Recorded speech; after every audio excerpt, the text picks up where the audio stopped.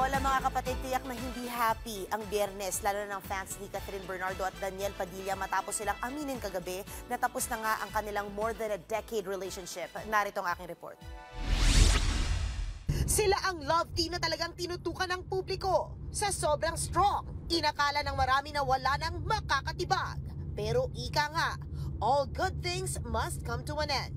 Matapos ang 11 taon, tuluyan ang nagtapos ang pag-iibigang Catherine Bernardo at Daniel Padilla.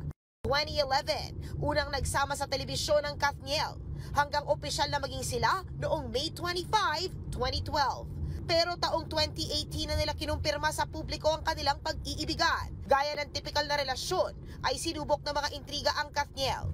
Matatandaan pa noong 2021 nang aminin ni DJ na may nagawa siyang pagkakamali kay Catherine. Pero laking pasasalamat niya na naintindihan at pinatawad siya at that time ng kanyang ngayon ay ex-girlfriend na. Last year, nag-celebrate pa sila ng 11 years of togetherness. Pero nitong mga nakaraang linggo, umugong na nga ang usap-usapan na umano'y hiwalay na talaga ang dalawa.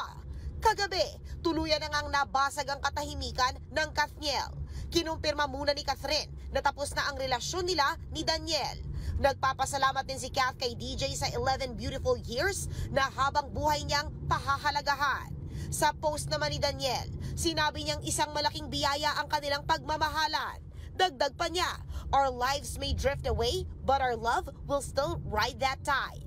Sina Sue Ramirez, Angelica Panganiban, Lovely Abella at Sofia Andres, yakap na mahigpit ang comment sa post ni Kath.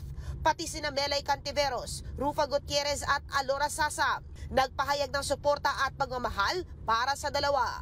Nagpost na rin si Mama Carla Estrada ng picture kasama ang Kathniel na may caption na "We love you both."